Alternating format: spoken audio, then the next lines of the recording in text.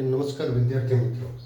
હવે તમારી સામે એક પ્રશ્ન છે કે દ્વિઘાત બહુપદીના વાસ્તવિક શૂન્ય કેટલા? જુલાઈ 14 પૂછ્યો. 4 વિકલ્પ આપ્યા છે: 0, 1, 2 કે 3.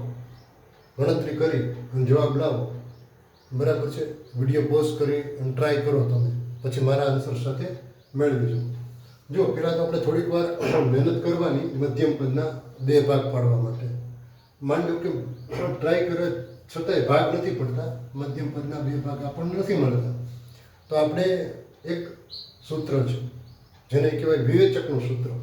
તો વિવેચક માટે આપણે શું કરીએ છીએ તો કે ABC પહેલાં ડેટા મેળવીએ. તો આપણે અહીંયા ડેટા કરીને લખી શકીએ છીએ. તો A ઇઝ ઇક્વલ ટુ શું છે તો કે 1. અચ્છા, B ઇઝ ઇક્વલ ટુ શું છે તો કે -1. અને C ઇઝ ઇક્વલ ટુ શું છે તો કે 1. હવે વિવેચકનું સૂત્ર શું છે? વિવેચક. બરાબર છે?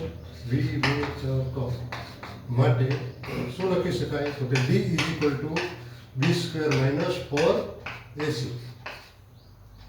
માટે D ઇઝ ઇક્વલ ટુ શું લખાશે? B² એટલે -1² -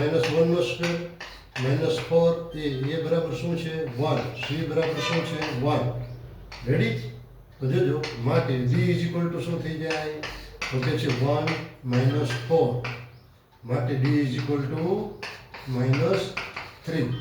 માટે D કેવા મળે આપણને તો કે 0 કરતાં નાના.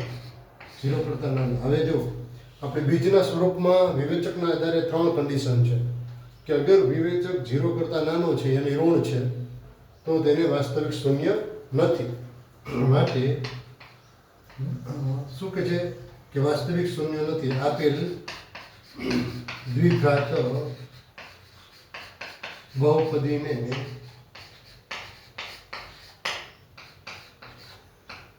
વાસ્તવિક શૂન્ય